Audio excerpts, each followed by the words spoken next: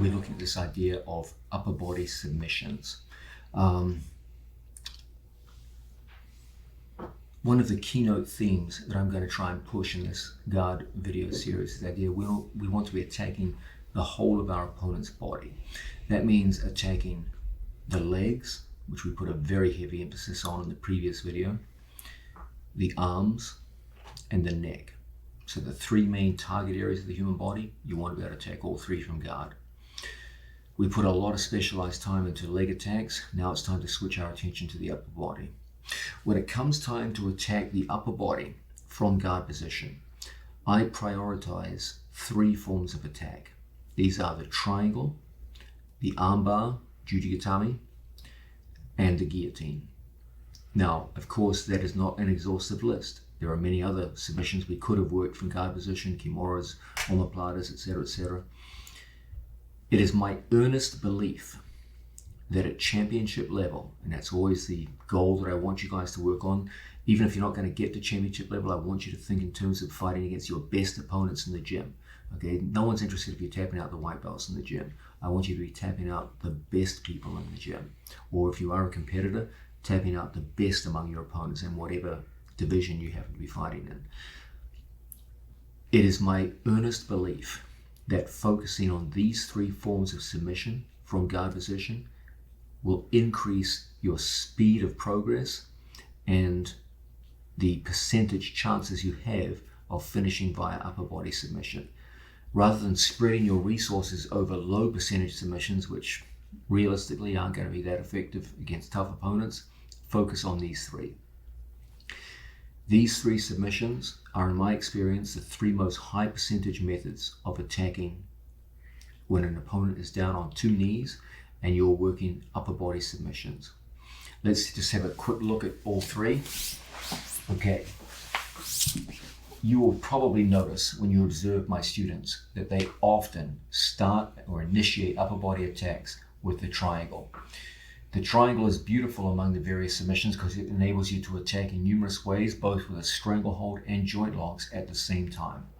The intention is to create situations where one of your opponent's arms gets dangerously extended so that I can create a situation where I take my two legs and pull something almost like a guard position, but with a difference, that instead of locking around my training partner's waist, I lock around my opponent's head and one arm.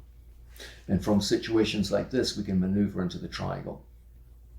If I can realistically pull my opponent into situations like this, reliably pull them into situations like this, I'm going to have a great chance of finishing either with a stranglehold with my legs or with some kind of arm lock variation.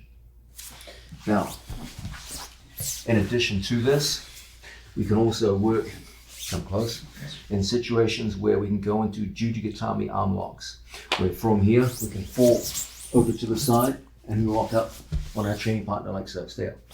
From here, if we lock up on our training partner, we can extend their arm and attack the elbow joint via jujigatame. So this too is a superb method of attack. The third method are variations of the guillotine, where we are able to take our training partner's head and bring it down into a situation where I get a stranglehold on my training partner from the front and go into various forms of attack from there. Those three submissions are the focus of our upper body game whenever we work in front of our opponent in the various guard positions that we employ. Of course, it is not an exhaustive list. There are many other submissions we could have chosen. But what I try to do is get my students to focus on those three more than any other. They're the ones that are going to create the lion's share of your success from this position, and they're going to be the focus of our study of upper body submissions.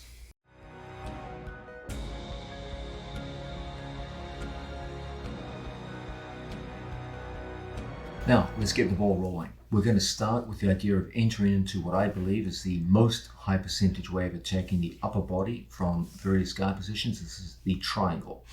The grip and setup, which I favor above all others, is from a seated situation, and we're going to employ the 2-on-1 elbow grip.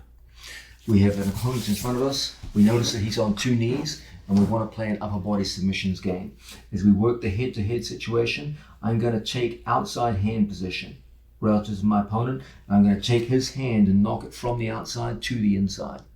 Okay, so step number one is I'm going to give my opponent inside hand position. That's an intentional ploy.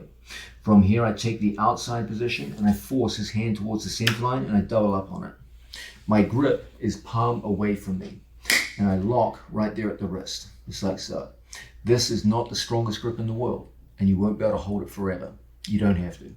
Okay, if I just hold here, it's only a matter of time till he snatches my wrist and peels his hand away. Okay, so as we work here, I take his hand, I pass it across. Immediately, my hand goes over and grips here at the elbow joint.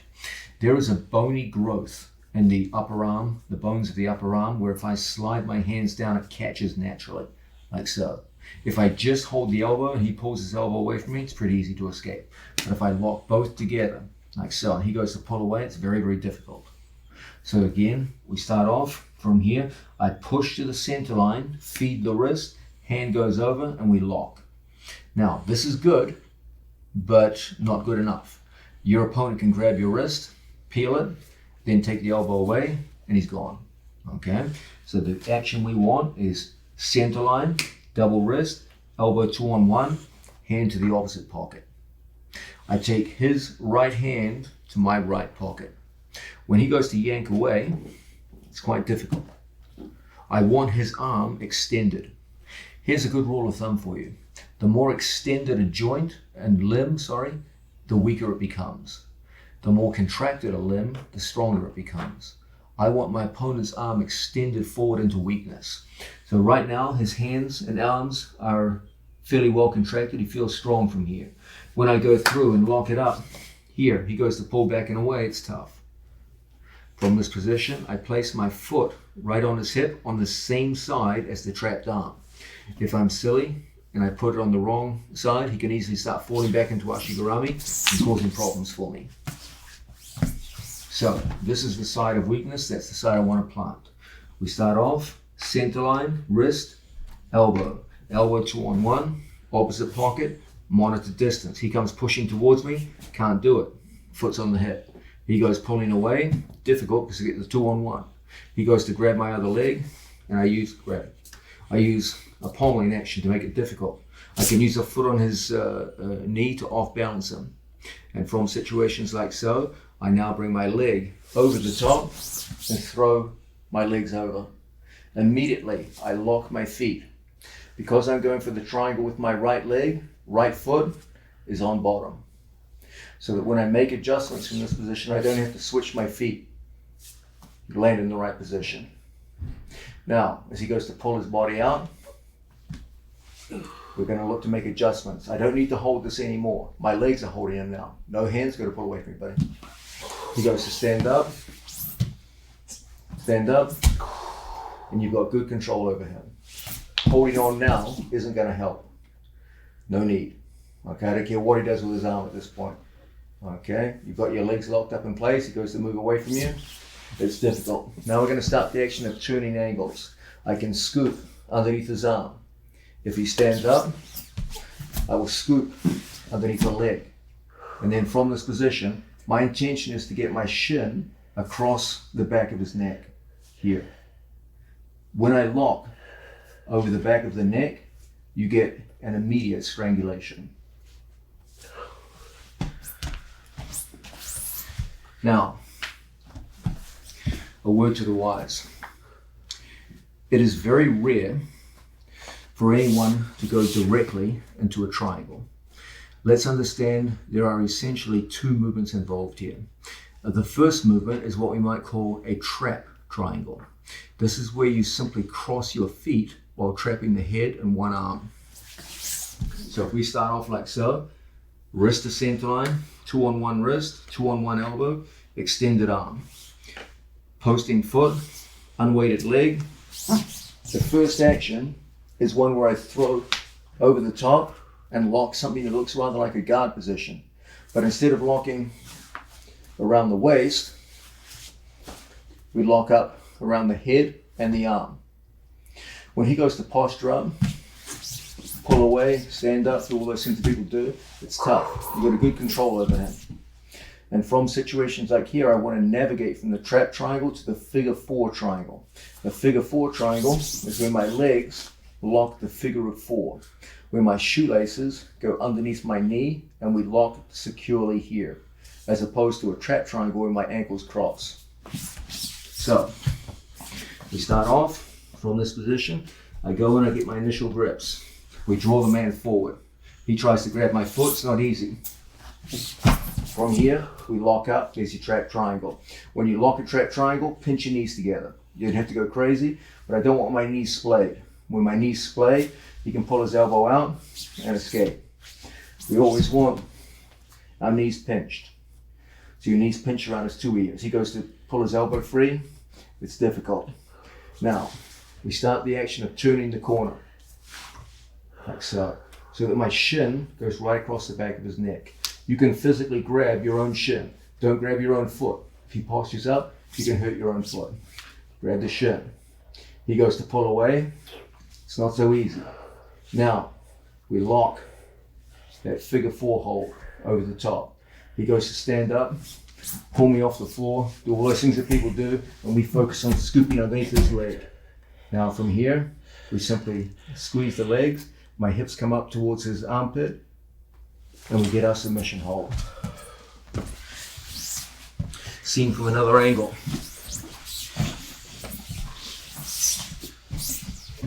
Opponent's here in front of us. We go through, take the wrist to the center line, double up on it, elbow 2-on-1. Hand goes in, foot posts, unweighted leg.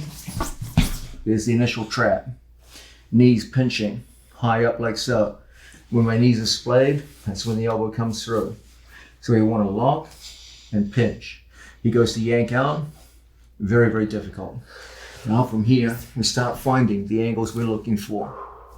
My shin goes right along the back of his neck. My ankle and knee very close together. He goes to yank out, goes to stand up, pull away, difficult. The further my elbow and knee are apart, the weaker my grip, and the more he can pull his elbow free and escape. So we want this knee all the way up. He goes to pull his elbow free, difficult. The knee drops, he pulls the elbow free easily. So that's always what we're looking for. Now, we lock, adjusting, and there's your strangle. One more time. Starting off in front of each other. You go through, cross grip, elbow 2-on-1, foot goes on the hip, and locking. He goes to yank out, difficult. Try to avoid just pulling down on the head. Look for your angle. As you come out to the side, there's that 2 legs pointing in the same direction. My legs point in opposite directions, difficult to get it to work. That's what we're looking for. Knee and ankle, very, very close. The further apart, the more he can pull free. From here, we grip and lock. And then from the situation, we can strangle for the finish.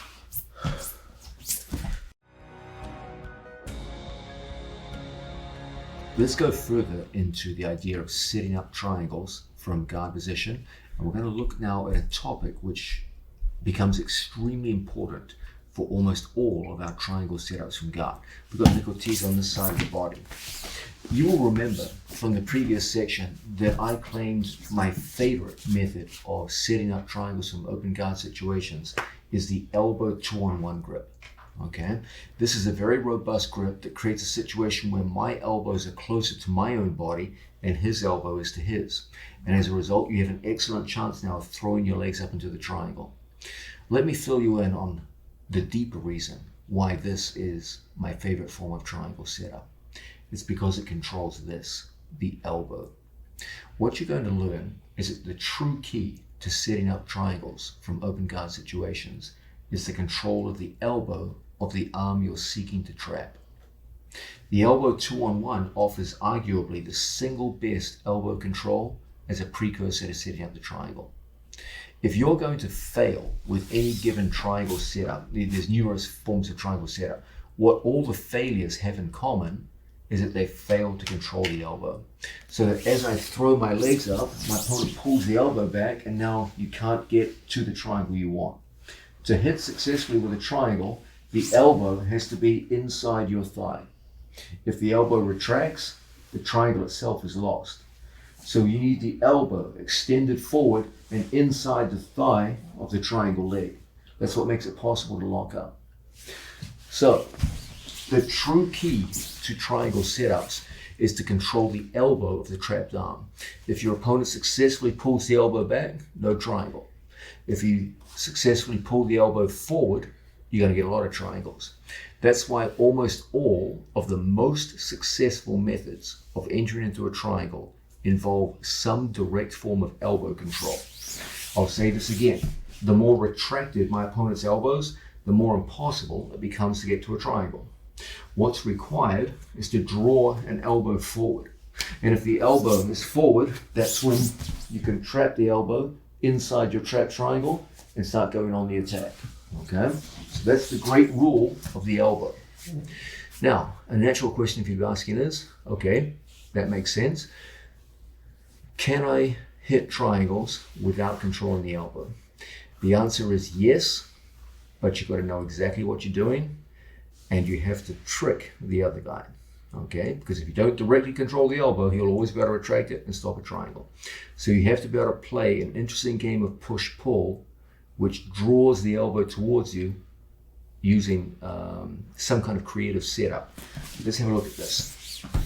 If I don't directly control the elbow, and my opponent can just pull his elbows back at any time, it's going to be impossible to hit a triangle.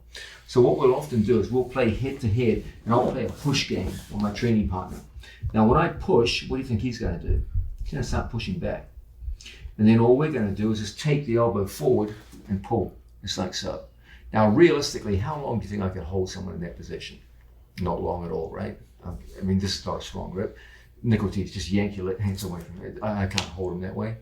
So what we have to do is develop kind of a sensitivity here where we see an opportunity. And when I see my opponent's arms pushing into me, that's the time for us just to take our legs and just split my legs behind my training partner and kick them over the top. When he goes to pull his arm back now, it's trapped by my legs. Okay? We got to our trap triangle, he goes to yank out now, and you've got the elbow control. As you make your various adjustments going around the corner, we lock up the figure of four and strangle for the finish. What you find here is that ultimately it's him who puts himself in a triangle by pushing. This requires real sensitivity and creativity on your part. This is the hardest form of triangle setup. It's also the least high percentage and the least successful in competition. So your next question probably is, why the fuck are you teaching it to us if that's true? Okay, well, it's because it can work and it doesn't really cost you anything if it doesn't work. So it's worth having. And when you do hit it, it didn't cost you much, and it can get some great results. So here we are, we're playing with our training partner, we've got hand control. As I push into my training partner, he's worried, he's worried about the push because he might set up arm drags or what have you. And so we often get is a pushback reaction. When I see him pushing back, I just tilt the arms like so. And that's all I need. I just take my feet back as he pushes into me and goes through, I just fire my legs right in over the top and catch, just like so. At no point did I directly control the elbow. So if I was too slow, it could fail like this. I come in, I fire, he pulls the elbows back, misses. Doesn't matter, I just come back in and I go in and work for my various other moves, okay? But from a situation where if I feel I can get him going close from here, when he's close, this is the best time to hit it, okay? As I push here, he's distracted on my right. I push here, he pushes back into me. Those split hands mean that from a situation like so, this is a good time for us just to fire over the top, okay? Now when he goes to pull his arm back, it's tough, it's captured by my leg. And as a result, we can pinch around, make the various adjustments that we're looking for, and lock up the figure of four, okay? So, not the most high percentage method of entering, not my favorite, but still a useful one for you to know, and it can have some effects. I'm not gonna lie to you, I greatly favor controls of the arm that offer direct control of the elbow. But on occasion, not often, but on occasion, you can get controls that don't control the elbow directly, but create a situation where you can just fire your legs up and snatch the arm into a triangle. Now, we're looking at triangle setups from open guard situations. The great rule that we're looking at is the best, most high percentage setups involve direct control of the elbow. It's ultimately your ability to control the elbow inside the initial attack of the triangle, the so-called trap triangle, which determines success or failure. You can occasionally use hand-to-hand methods. They can work, but they require a lot more speed. Okay, if you're not the fastest guy in the gym, then it's probably better to work with direct elbow control. Our favorite form of elbow control is the 2-on-1 elbow. Okay, typically this is how we control people, with the hand at the hip. The alternative is to control the hand at the chest. This too is a pretty good method. Okay, but another method which I greatly favor is the so-called lat pinch. A lat pinch involves direct control of the elbow by taking the wrist from the inside position. Normally, for elbow 2-on-1s, we start from outside position and lock up. So my hands have the outside position. I come down to a wrist, push to the center line, and lock up the elbow 2-on-1. That's the standard method, the method I believe is the best overall. Sometimes we work from inside position, okay? And from inside position, I grab just like so, and I push his wrist underneath my armpit. Then I grab my training partner at the elbow, and I pull in and pinch it with my elbow. Now, if I just hold like this, I'm not the strongest guy in the world. A strong young athlete like Nick Ortiz could post on my chest and violently rip his arm out. Okay, so when I work with this position, typically what I do is I push everything through, I get the grip, and I go straight to the head. Now when he goes to pull out, go. You can't do it because his head can't move. The only way he can pull out is to move the head back. If the head moves back, he can get out. So from inside position, I catch, and I pull, and I lock at the head. He goes to pull away from me. It's not so easy. From here, I plant my foot on my training partner's hip. I take my second foot and I just go straight over the top of my training partner and lock in. The second we get to a position like so, we lock up our trap triangle. When I see him try to pull away, from here we're in the perfect position to start making those various rotations that we always favor. Getting the shin to go along the back of the neck.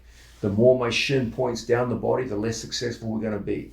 We always want to be able to turn so that our shin goes across our training partner's collar, trapezius, just like so. And as a result, we can quickly lock up the figure of 4 and get into a strong strangulation.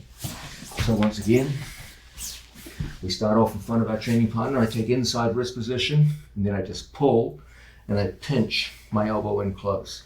So I control. If his arm's bent, so much the better. Okay. I catch my training partner at the head. I post here on their foot. So my foot on their hip. He goes to yank away, won't be easy. He goes to push in, won't be easy. My second foot goes over the top. I don't care if he grabs my foot, you just take on the inside and lock. From a situation like so, he goes to yank out. It's not easy. He goes to stand up, still not easy. Scooping inside the leg, turning out to the side. From here, we just pull everything in. Everything goes across the back of the neck. We never want our feet pointing down the spine. We always want to bring them across the back of the shoulders into a strong strangle. So the lat pinch is a very successful method of controlling the elbow in a very direct fashion, and as such, it's a high percentage way to enter into triangles. Now, we're looking at practical ways to get into triangles from open guard. Here's one of my favorites whenever people take collar ties. Very often when you're playing guard position, guys will come out and collar tie you. Not a bad strategy, because when they collar tie you, they can snap your head down and go into front headlocks. Front headlocks. And then from here, cause problems. Okay? So, whenever I see someone get a collar tie, we're going to go over the tie, like so. Now when he goes to snap me down, I'm connected to him. We can't snap each other down from this position. If we were standing, we still could, but not from here. Now from this position, I'm going to get direct control of my training partner's elbow. So when he goes to pull his head back, the over tie makes it difficult. When he goes to pull his elbow back, my grip here on the elbow makes it very difficult. So once again, we're here playing. He snaps his right hand out and goes to the collar. I go over tie and I catch just in like so. I place my foot on my training partner's hip, and as a result, I can throw my body directly over the top and lock up the trap triangle. He goes to yank out, goes to stand up and pull away, do all those things that people do, and it won't be easy. As a result, we can start making that turn where our feet and shin go across the back of the shoulders. The more my feet point down the spine, the less successful we are. So we know everything here is about getting our feet down across the shoulders like so. Now, when we lock the figure of 4, we get a very tight strangle. The more directly we face him, the more unsuccessful we are. So our whole thing is always to turn and get that shin pointing across the back of the shoulders like so. And as a result, from here, we get very tight strangulation. Once again, we start in front of a training partner. He goes in, takes his collar tuck. I go over the top and get over tied. You guys know I'm a big fan of direct control of the elbows. Okay? If I just take an over tie, he can yank his arm and pull away. If I go in here, he goes to yank the arm. It's a lot more difficult. Foot goes on the hip, second foot goes over the top and locks. We immediately lock the trap triangle. He goes to yank out. It won't be easy. Leg goes across the back of the shoulders, figure of 4 in place, and strangle for the finish. Now, that's my favorite way of hitting over ties because it's got direct elbow control. Sometimes you'll feel your opponent is gripping so tightly with his collar tie that you don't need the elbow control. You just go straight in with the over tie. So, from a situation where we play in here and he goes into a collar tie, I just go over tie. And I feel this guy he's kind of an idiot. He's overcommitted. Maybe he's trying to push you on my knee, turn my body and pass my guard. And these things that people do. Maybe that's what he wants to do. But he is kind of naive if he thinks he can just grab someone's collar while he's inside the guard like this. So we're going to play with our foot on our training partner's hip. And then right from here, we're just going to pull straight into the triangle. We lock up like so. He goes to yank away from us.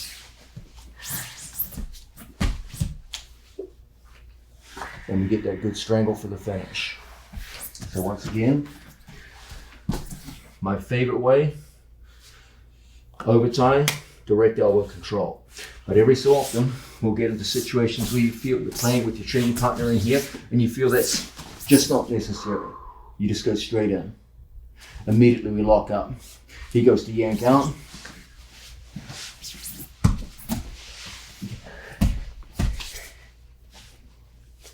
There's the perfect finishing position, ready to go.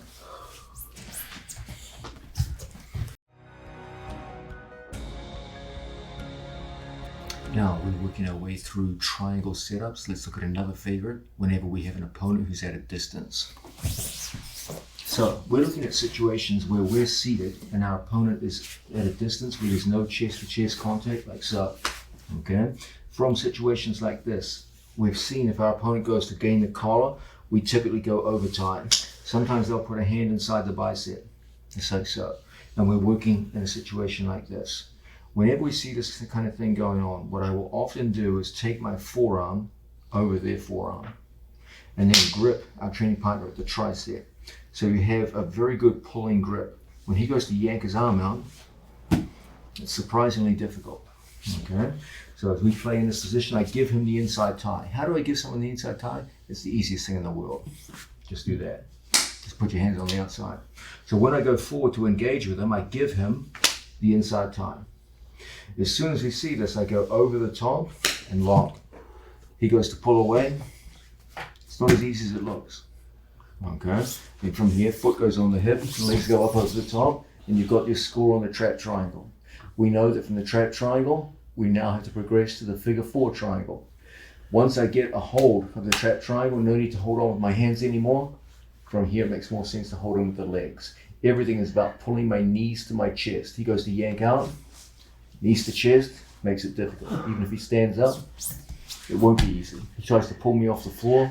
We're always scooping in underneath the leg, pulling him in, and getting that shin bone across the back of his neck. And as a result, it's an easy thing to get my 2 shins pointing the same direction with my knee close to my ankle. The further apart they are, the more he can posture out. So we want everything in close. When he goes to pick me up and yank me around, we just lock up the figure of 4 and strangle for the finish. Once again, I come out towards my training partner and I willingly engage from the outside. I bring my forearm over the top and I hold in tight. He goes to yank out, it's not so easy. And from here, legs come up and we go straight in. We lock our ankles, so you've got your trap triangle. From trap triangle, it's always about that progression into the figure 4 triangle. We lock the figure of 4 and strangle for the finish.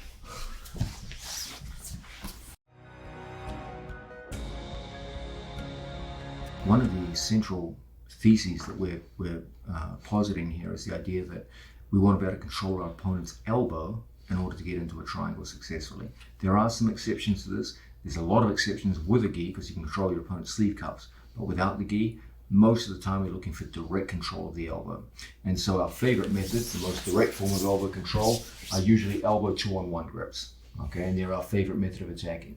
But another really strong method of controlling an elbow is an overhook, because it brings him in so close that it's hard for him to pull away, especially when I face across his body.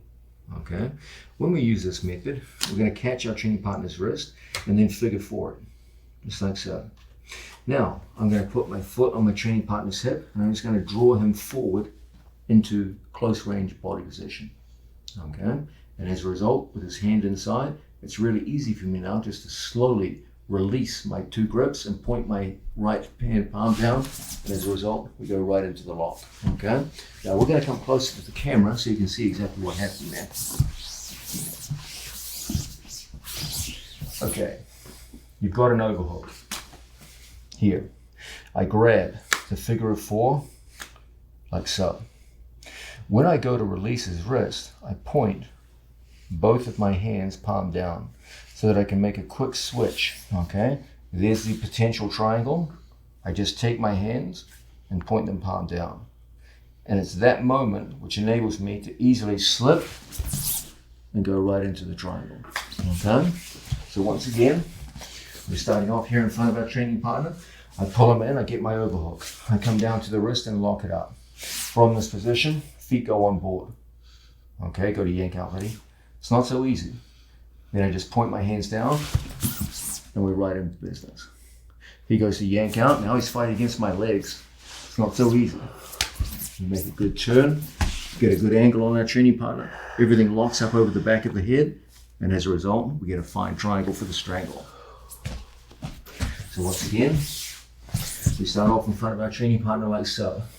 I get inside position, I pull him in, work, get that wrist. I lock a figure 4 grip. He goes to yank out. It's not going to be an easy thing. We start putting our feet on our training partner's hips. Everything turns down. We lock, hands come out. Now, we start looking for our various adjustments. Everything comes across the back of the neck. There's the figure of 4 and the strangle for the finish. Variation of this. We're here. We hit that same grip. I get the figure of 4 and I feel, man, this guy is very, very strong, and he violently rips the wrist out. Go, go, go. Okay, it's late in the match, there's some sweat. Maybe he put some grease on his body before the match. We lock it up, he violently rips it out, he's gone. Okay, when we lock up, different method. I commit to my shoulder like a sumigaeshi. I knock him down to his hip. What do you think he's going to want to do? He's want to get back up, right? If he does, I don't score. When I see him go to get back up, I just step over his body, so that as Nick Ortiz recovers and knocks me back down, he recovers right back into a triangle. We lock up our feet. He goes to yank away from us. Finds, as always, it's not such an easy thing to do.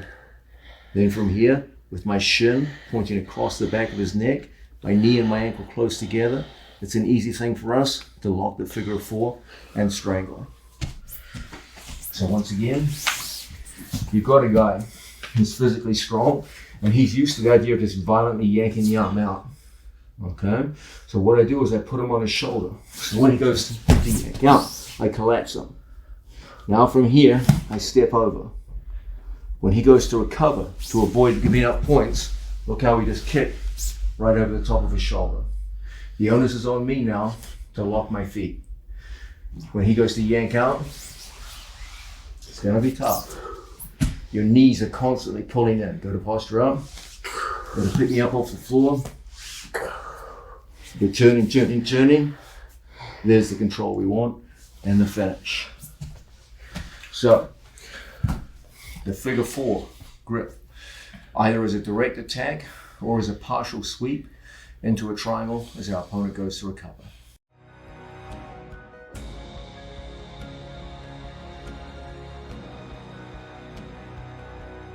There is a control of the upper body which I truly believe is one of the most effective upper body controls leading into submission holds. I push this control method very, very strongly on all of my students, and they all excel at it. It's at its best when you have opponents on 2 knees. Okay, when people stand up, we typically play an ashigarami game. When they drop down to their 2 knees and we want to go upper body, we typically play what we call a clamp game. Okay, what is the clamp? The clamp is essentially an ashigarami on your opponent's upper body. So, I have an opponent on 2 knees in front of me. If I were able to draw my opponent into a position where I had a knee behind him here that controls his posture, so that when he tries to posture up, the knee makes it difficult. If my knee points at the ceiling, he can posture up easily. But when my knee points at the back of his head, it's quite difficult for him to posture up.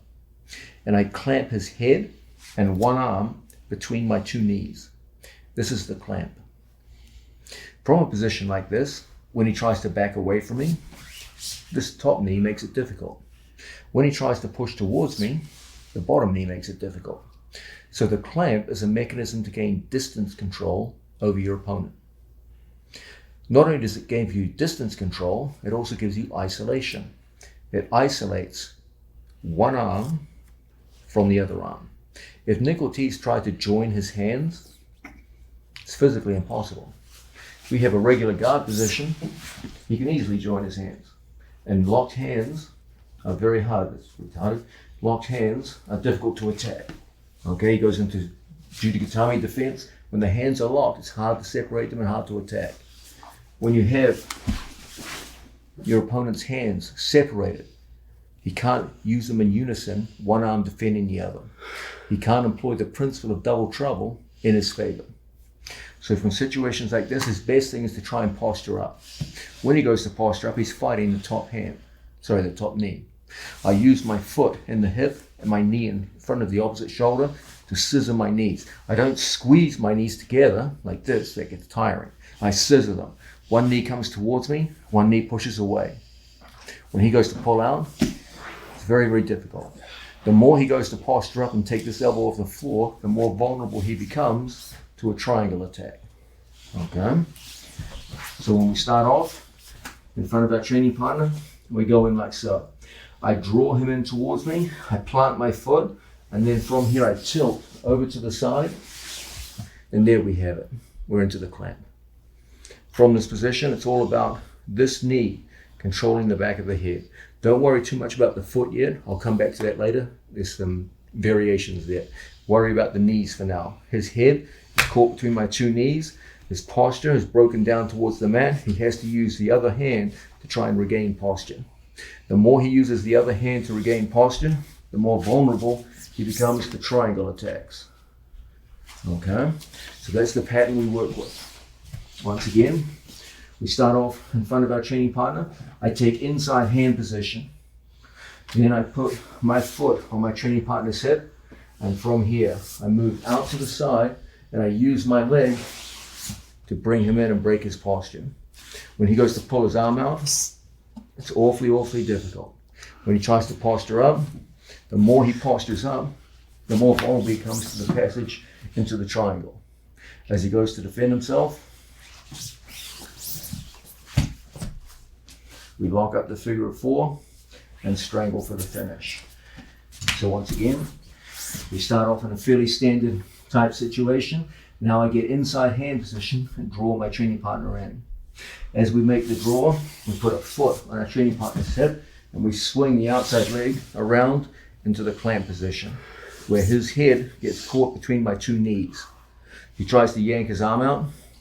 It's not as easy as it looks. He tries to use his other hand for posture and gives us an easy passage up into triangle territory. Once we get a trap triangle, the onus is on him to try and get out of here. As he fights, we're always looking to get that superior angle that gives us the figure of 4 and a potential finish. Now, an important detail for the triangle.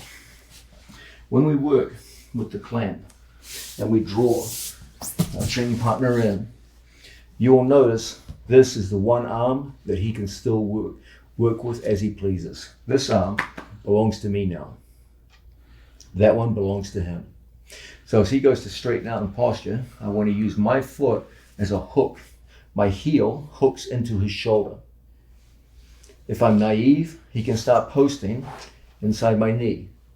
I take my foot always to the inside. My feet as close together as possible. So when he goes to interfere with my bottom leg and prevent me kicking over, I occupy the inside position. The only thing you worry about now is the head. If the head postures up, it can cause problems. So, grab it. He goes to posture up and pull away and gives you what you really want, the trap triangle. From here, he goes to yank out. Difficult. There's your figure of 4 and your potential finishes. This is probably my single favorite method of entering into upper body submissions, including triangles, from open guard scenarios. We're looking at this specialized position that I push so hard upon my students, and I want you to become specialists in it also. This is the clamp position. It's essentially a form of ashigarami on the upper body. Let me be more precise with that. Okay, let's look at an ashigarami. Just put your right leg up from a kneeling position. Okay, classic ashigarami. You got a bottom leg and a top leg, just like so. Okay, the ashigarami enables me to control distance. When he pushes towards me, my left foot makes it difficult. When he goes to pull it away, my left knee makes it difficult. My second leg forms a connection, so you have a bottom knee and a top knee, which enables you to corkscrew your opponent and move them around. Okay.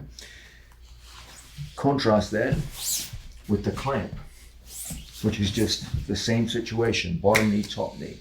They govern distance. He goes to pull away, top knee makes it difficult. He goes to push in, bottom knee makes it difficult. Instead of a leg between your legs, it's an arm and a shoulder. Okay, instead of a hip between your legs, it's a head. But the mechanical principles are identical. It forms a tight connection which enables you to partially control your opponent's movement forwards and backwards. Okay, that's the similarity, the mechanical similarity between the two. So this is essentially an ashigarami of the upper body. But instead of going for heel hooks, you're going to be going for upper body submissions. The ones we favor are typically variations of judogatami and variations of the triangle. Now, from a clamp position, we've seen that as our opponent goes to posture up, we want to take our foot and hook it over the top of our training partner's shoulder so we can pressure down. We want our foot inside his bicep so that he can't post inside and start causing problems. He posts inside, we always want the inside position. That forces his hand down towards the mat. Now, something we will often make use of here is the idea of rolling an opponent through. Make a strong resistant body. From here, I'm going to take my elbow, I'm going to bring it up, I'm going to start posturing over my opponent.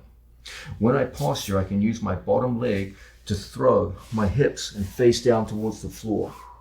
As we complete this, watch my knee. It turns through and takes my training partner all the way over. As he goes into the roll, we catch. We find ourselves now in the perfect position to lock up a tight triangle from the mounted position. As he tries to defend himself, he goes right into the rolling strangle. So once again, we start off in front of our training partner, working in the usual fashion. I get inside position, and as a result, we're able to go over the top and take our opponent through into the clamp position. As I see him trying to posture up, the heel goes right inside our training partner's knee. The more he goes to posture, I want to use my foot to take his hand off the mat. That brings the head down. As the head comes down, I want my head to come up. So I come up here to my elbow. Now we start driving, rotating and pointing our knees at the floor. As I put my hands down, we rotate and kick through into a superb attacking position. As we pitch forward, we lock the figure of 4 and strangle. This is a really practical way for us to use the clamp position to roll an opponent through and get into a really strong triangle attack from the mounted position. I'm, as I said, a big proponent of the clamp position. I believe it's one of the most important setups to upper body submissions whenever we have an opponent on 2 knees. It's equally good with or without a gi, but whenever we work without a gi, without the recourse of collars and cuffs, it's unquestionably my favorite way to control the upper body that leads directly into submissions. Let's look now at a way we can use to set up the armbar Jujigatami with a belly down or face down positioning, the opposite of what we normally do. Normally we face up to finish Jujigatami. Now we're going to face down towards the floor. Okay, I'm sure you guys are very familiar with the initial setups now. So we start head to head with the training partner. I take my hands inside his hands. As a result, from inside position, it's easy to go out and dominate my training partner's triceps. When he goes to yank away from me, it's a difficult thing. I place my foot on the opposite hip and come around and find ourselves right back there in the clamp position. Okay. From the clamp, we go over the top, control our training partner. We have his head caught between my knees and his shoulder and elbow caught inside our hip. So when he goes to pull away, it won't be easy. It's going to be tough. Okay. Now, from situations like so, we were going to start building for height. We're going to come up on our training partner and get up on our elbow. I'm going to take my bottom foot and put it down like so, and I'm going to start turning around the corner and pointing my knee down at the mat, so that Nickel Teaser's arm is caught in this inverted position. I bring the knee in nice and tight, and I bring my elbow backwards like so. So his arm is locked out and tight. Then I just use my knee to drive in, and we get the submission. You can tap the floor break. So from here, we go in and get the arm bar. So once again, we start off in front of our training partner. There's the clamp position. We bring our body out to the side. I'm bringing his head down to the floor. Of course, he wants to bring his head up. Okay, the more he can bring the head up, the more he can center, and stop the clamp from working. So there's a battle. I always want my hips out and his head down. He always wants my hips underneath him and his head up. That's what determines winner and loser in this position. So from here, we're always looking to point our knees down, looking to get our hips out to the side and start building up for height. Now, from here, I use my bottom leg to come up and I heist over his shoulder and get my knee in place to select so. Now, from here, look, I put my hand on my own thigh and then I just pressure forward with my hips. When I go to pressure forward, you create very, very strong braking pressure on your training partner. Okay, you get your full power of your hips and gravity pressuring down on the elbow. Now, as good as this method is, it needs augmentation. Why? Because if Nickel Teaser's been hit by this move once or twice, he's going to figure if he bends his elbow, he can stop the pressure of the Jujigatami sufficiently to brave it out and possibly escape. That's when we go to step 2. There's our clamp. We come out to the side, and when I come up, Nickel Teaser's arm is bent awkwardly. And as a result, hard for us to get the submission we're looking for.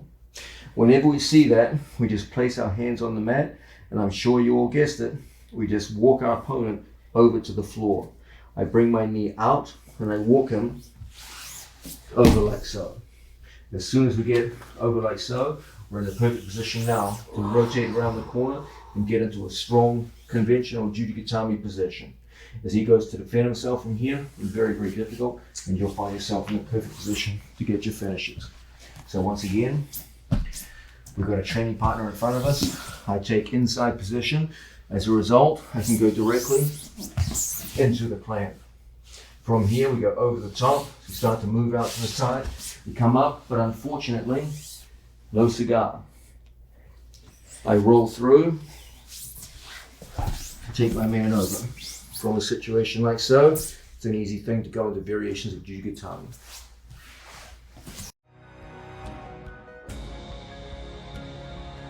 Let's start to look at the use of Jujigatami from guard position. I have a specific philosophy of its use. which pertains to the overall guard philosophy that we employ. I'm sure you guys have observed my students in operation, in competition, and you've probably made one observation that was pretty damn obvious. My students don't really use closed guard very often. Okay, typically the pattern of guard use among myself and my students is one where we come out and we sit to an open guard and we make direct threats to our training partner's legs, which forms defensive reactions, and we feed off those defensive reactions. I don't think in the entire history of the squad anyone has ever come out and pulled closed guard.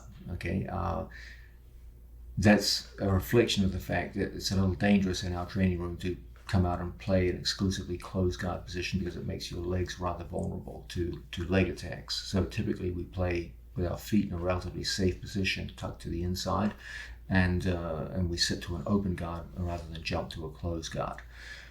So you might be asking, okay, well, how do armbars fit into your game? You just go directly from open guard? Well, you could, but that's a pretty low percentage strategy, okay? Let's have a look at this. If I have Nickel Cheese standing over me while I'm in a seated guard, the only way I could go into a classic armbar from here that's kind of realistic is if Nickel Cheese overcommits to a collar tie, okay? And if Nickel Cheese overcommitted to a collar tie and I took a strong over grip on his forearm and then took a hold of his collar tie, and then he had your other arm up, obviously.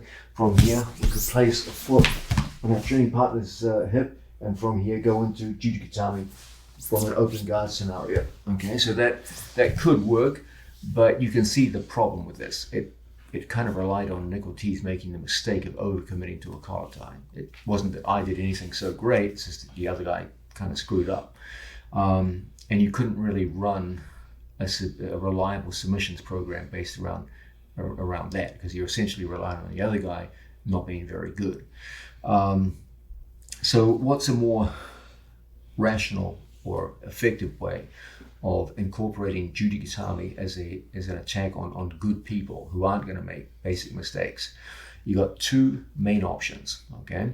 The first option is to take everything we've seen so far on triangle entries and just switch from triangle to 3/4 Jujikatami, okay? That happens to be my personal favorite way of doing things, okay? So for example, our favorite way of attacking triangles when someone's down on two knees, as you probably figured out by now, is for us to go through and take elbow 2-on-1 grips. From the elbow 2-on-1 we saw earlier in the video, it's not a difficult thing to fire our legs up into a trap triangle. Okay, from the trap triangle, especially if you're like me and you've got relatively short legs, this would be a great opportunity not only for triangles but also for 3/4 Jujikatami. That's a situation where I turn out to the side, and instead of locking the figure of 4 like so, from here we just bring our leg over our training partner's head and we perform a Jujikatami where both of our legs are over the head instead of the classic one over the head, one over the back. Okay, and from the 3/4 Juji situation, you've got an excellent connection to your opponent's head and a great chance of finishing. This could have been done with any one of the various setups that we saw for triangles. Okay, regardless of the method we saw, this would be the perfect time for us to go up and into Jujikatami variations. In particular, the 3/4 variation where two legs go over the head instead of one over the head and one over the back. So one strategy you could employ would be to just take all of the setups that we've looked at for triangles and simply modify them from triangle to 3/4 Juji. That's my personal favorite. That's the one that I personally use mostly. But it's not the only strategy. A second strategy would be to convert your open guards into closed guards and then work to attack from a closed guard situation. How would you do this? Well, what we do is you make use of a very simple, very specialized position, the post guard. Normally, we have got on two knees working here in front of us. Typically, we work with 2 feet inside so we can start elevating people while we remain safe from leg attacks. Another strategy is to place 1 foot here on our training partner's hip, just like so. This is a good thing because it enables you to monitor distance. It looks like you're a little bit vulnerable to leg lock attacks, but really you're not. If your opponent took your leg into Ashigurami, you would still have inside position with the other foot. So when he slides into Ashi, he doesn't get 2-on-1. Go. he gets 2-on-2, which is not really effective. If he persisted in leg locking from here, it'd be pretty easy for us to slip out and then go in for our own leg lock counterattacks from a situation like so. So it outwardly appears vulnerable to leg locks, but really it's not. Okay. So from a situation we place like so, I just place my foot on my training partner's hip. Once we get a foot on the hip, the next thing we're looking for is collar and elbow, so that we can start to drag the elbow past my knee line. My knee line is the line that joins my two knees like so. I want his elbow in front of the knee line, just like this. Now, it's an easy thing for us to start pulling people around the corner and go from open guard into closed guard. Presumably here, he'll be looking to retract his elbows. That makes no sense. And from here, we're looking to get a hold of our training partner's arms, control him in a way where we can go up into our favorite position, the top lock. The top lock involves a transition from closed guard around my training partner's waist to a closed guard around my training partner's head and shoulders. So when he tries to pull away from us and posture up, it's a difficult thing. This is going to make it relatively easy for us to scoop inside their leg, start making turns out to the side, and find ourselves now in Jiu-Jitsu situations. So once again, we're here in front of our training partner. As we start off on the feet, we switch from butterfly guard to a post guard. I post my foot on my training partner's hip. If he tries to push into me, it's difficult. The post holds him off. Now I need to be able to pull him. I can't pull with my feet, so I come in and I pull upstairs. From situations where we look like so, look how we just pull the training partner around the corner, we get to a closed guard situation. From closed guard situation, we're constantly looking to bring our legs over our training partner's shoulder. So when we relock our closed guard, it's the top lock position. The top lock is where I have a closed guard locked on top of my opponent's neck and shoulders. So when he goes to pull his arm free, it's difficult. I focus on hips up. The more my hips are down, the more he can pull the elbow through. That could be hazardous for him because it does give triangle and three-quarter juji options on the other side. So he has to be careful if he does pull out. So once again, we start off in front of a training partner. From here, we go to post on the hip. From post, we get collar tie, and we focus on a pull that brings us into a closed guard situation. From closed guard, we're constantly looking to work up into a higher and higher lock over our training partner's shoulders. From here, we scoop inside our training partner's legs. We switch so our foot goes over our training partner's head, and we go into a classic Jiu-Jitsu. As he tries to pull up and away from me, we have the classic Judy position, ready to attack. Again, starting from the scenario we normally initiate from, seated butterfly guard, I want to get to a closed guard. We place a posting foot on our training partner's hip. As a result, we can start controlling our training partner's elbows. I go through and control the head. Now we start the action of pulling into closed guard. From closed guard scenarios, I see him going to pull and yank out and do all those things that people do.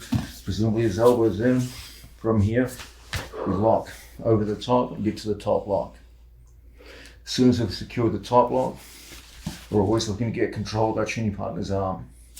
Foot comes up, dominates the back of the head, second leg goes over the top, and we're in perfect position to attack. From here, the arm bar is almost like an afterthought.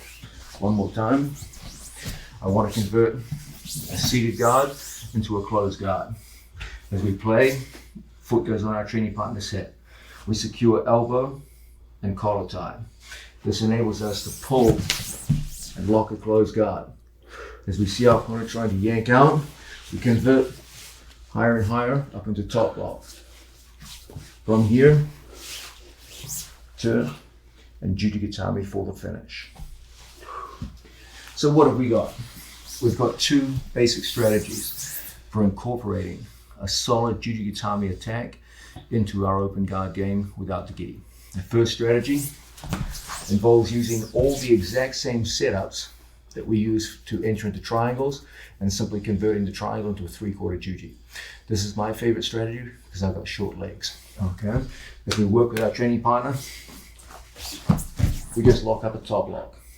From here, I see him trying to yank out, pull away, etc., etc. We just convert over the top. Alternatively, you could lock the figure of 4 and put the arm into a good breaking position like so. But all we're really looking for here is to make the conversion from failed triangle into successful juji. Second option, instead of converting the triangle to a jujikatami, convert the open guard to a closed guard. The way we do this is by placing a posted foot on our training partner's hip and then pulling into a closed guard situation. From closed guard, we convert to top lock. From top lock, a conventional jujikatami for the finish. Those are 2 winning strategies, starting from our favored open guard scenarios to incorporate jujikatami into your submission game in a very practical and effective way.